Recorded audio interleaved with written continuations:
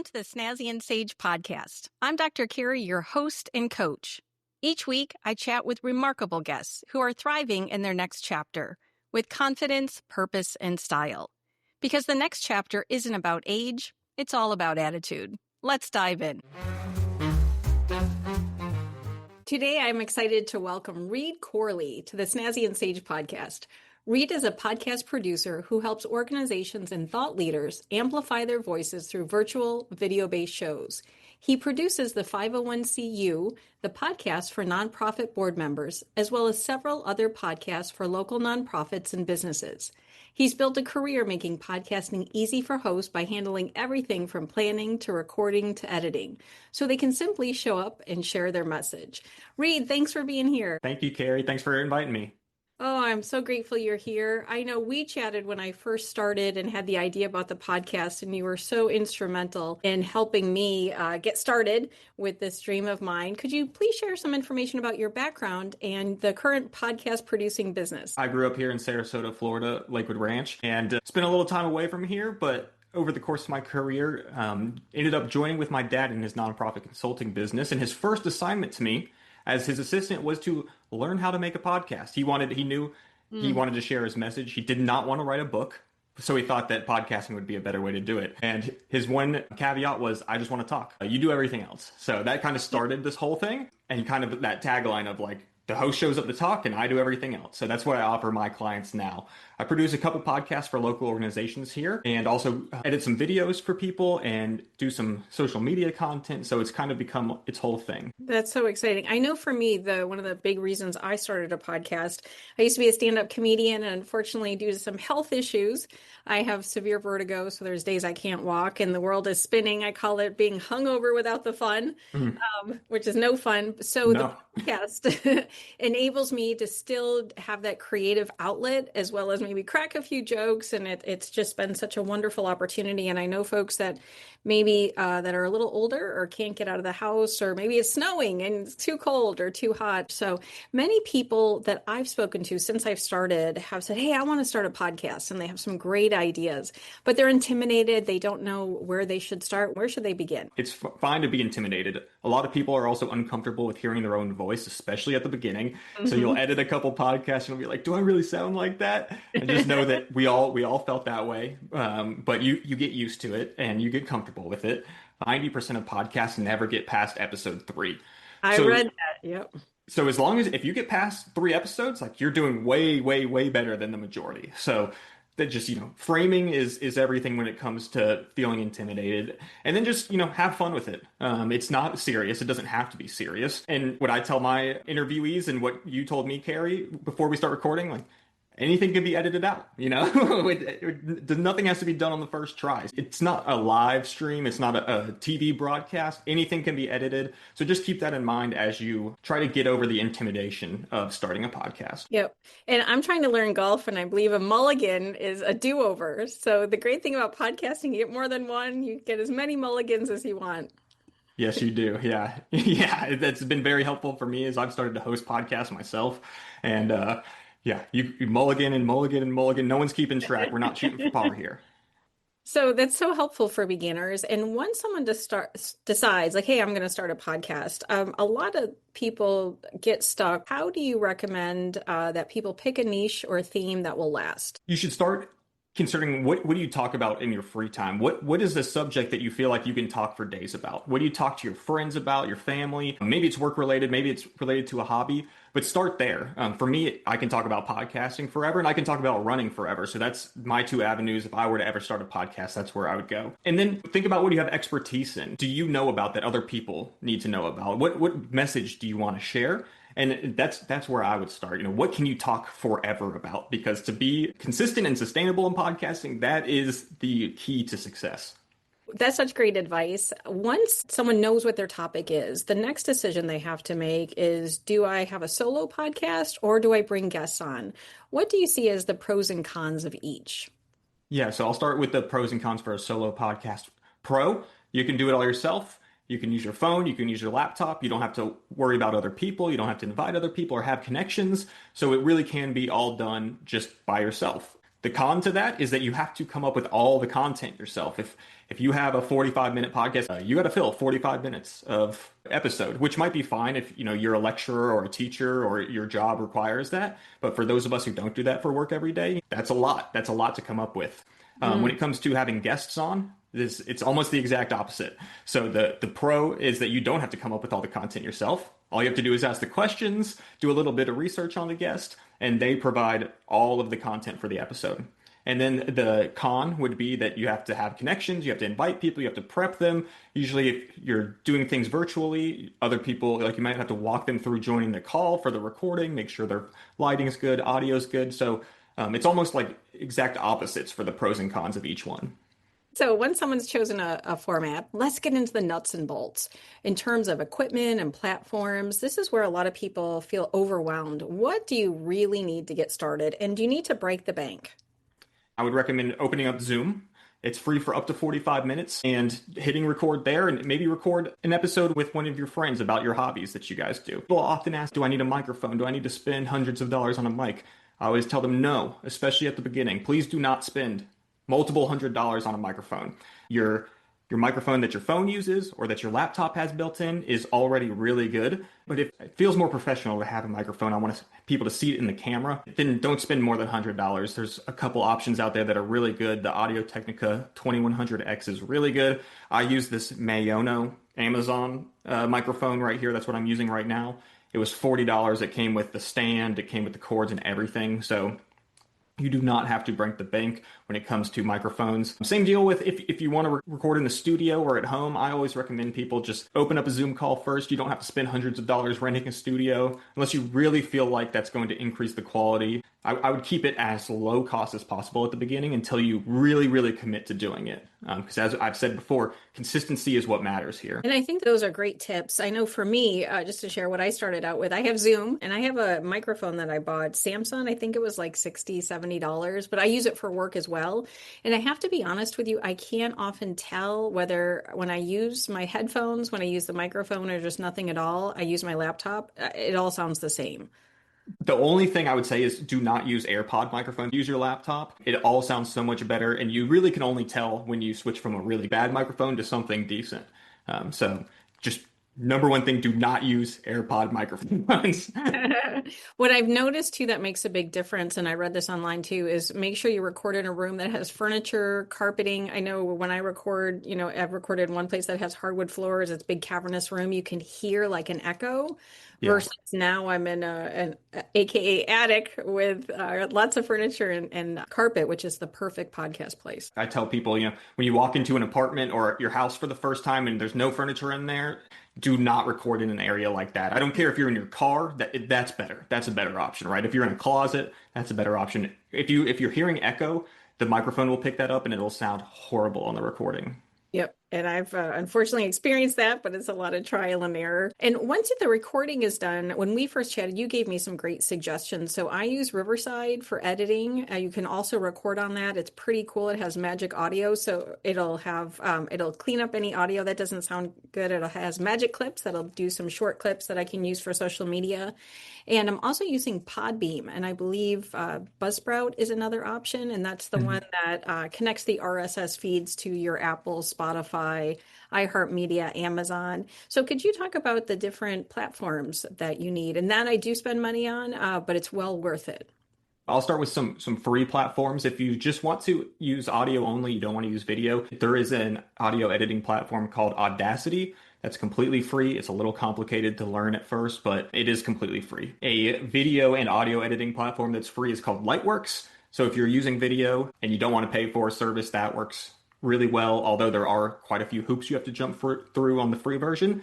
But the biggest recommendation I can make to anybody is to use Riverside. If you are willing to spend any amount of money on a podcast, just spend the $30 a month or the $20 a month, whatever it is, to use Riverside. Like you said, you can use Magic Audio, which cleans it up. So if you are in a place that's echoey by chance, the Riverside will clean that up for you. It'll make the automatic short form videos for you, which is amazing for spreading your podcasting and building an audience.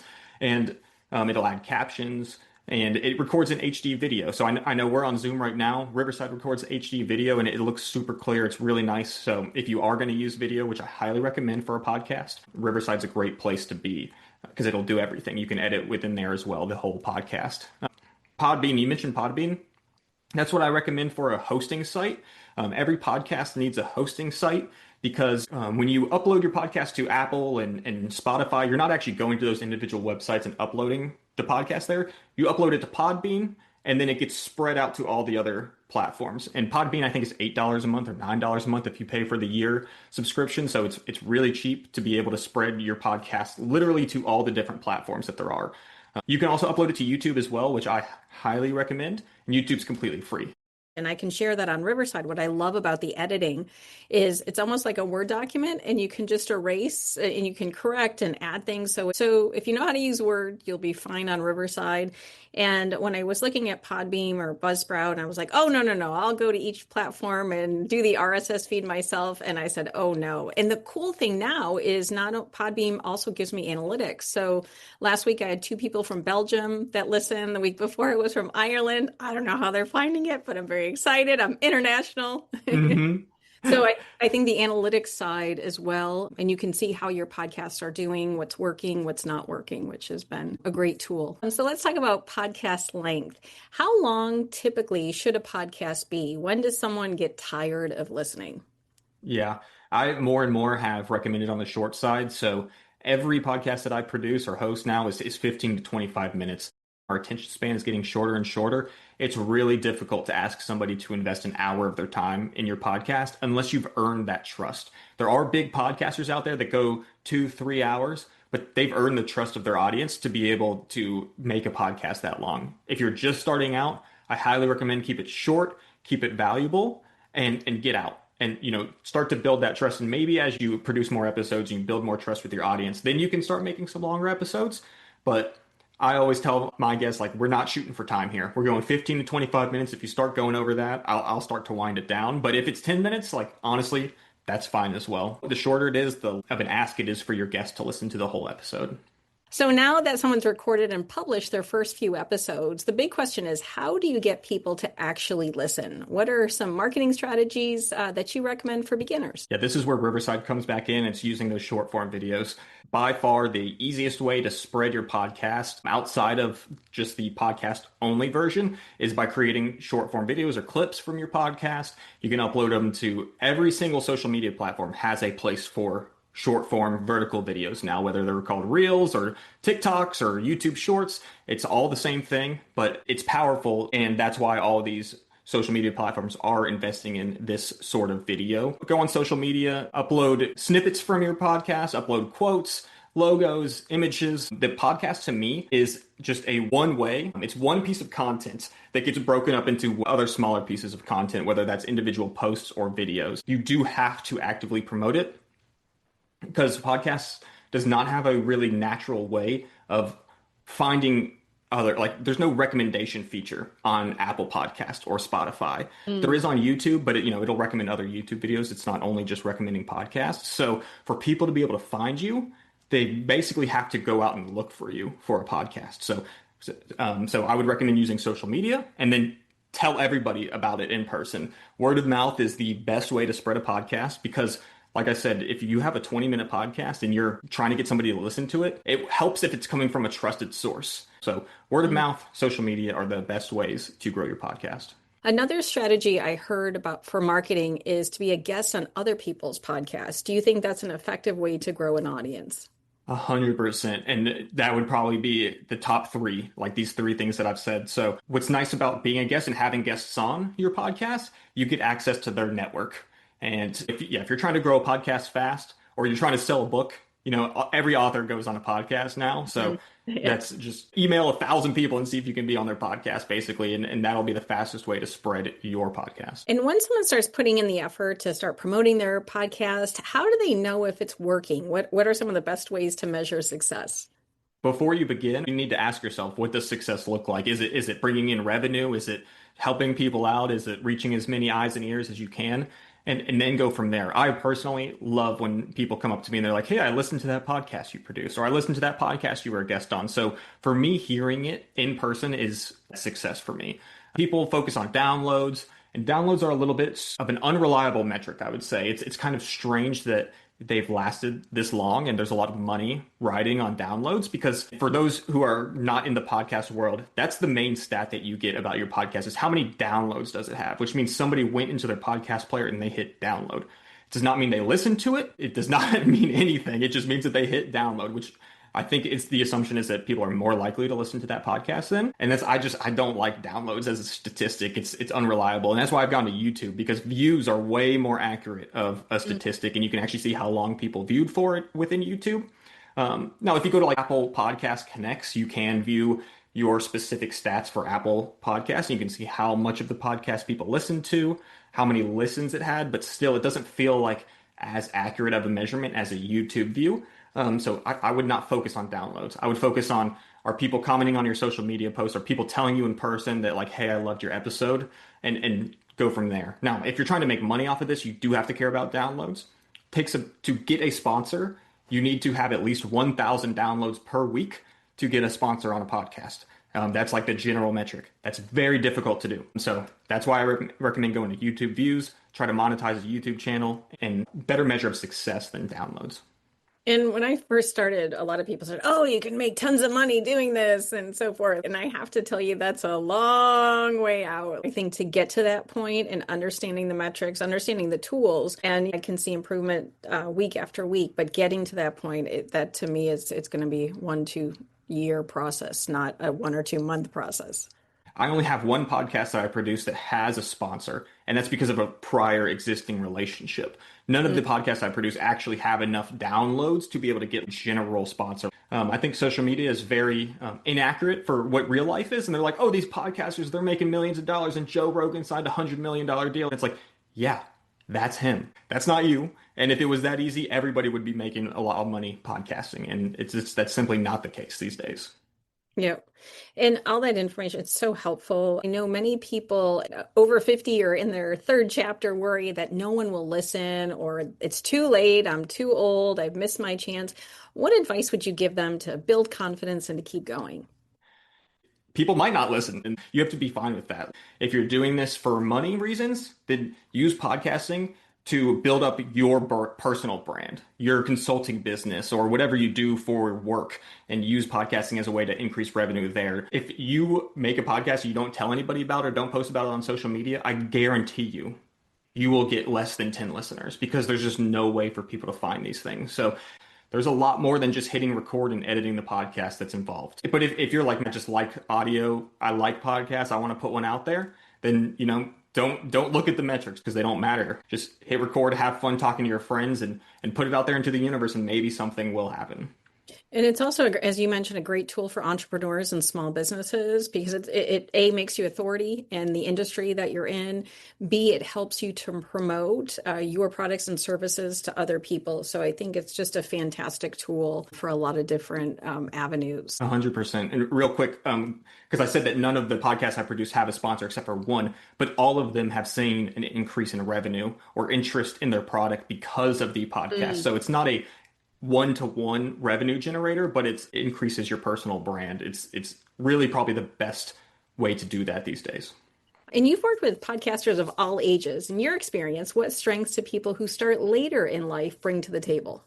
More wisdom, perspective. You also have more connections. You probably have work experience. To me, there's probably more benefit for people over 50 doing podcasts than there is for people under 25. Reed, this has been so valuable. If someone wants to connect with you or learn more about what you do, where can they find you? Find me on LinkedIn, connect with me. It's Read Corley, Read Corley. That is the only place I'm active. So find me there and connect with me. Thank you so much. This has been a wonderful interview and very thought-provoking and educational. So thank you so much for your wisdom and expertise. Yeah, thanks for having me on. Thank you for tuning in to Snazzy Sage. If you loved today's episode, please subscribe, leave a review, and share it with a friend. Want to elevate your style and confidence? Visit snazzyandSage.com to explore individual and group coaching, that helps you look and feel your best from the inside out. Until next time, stay snazzy.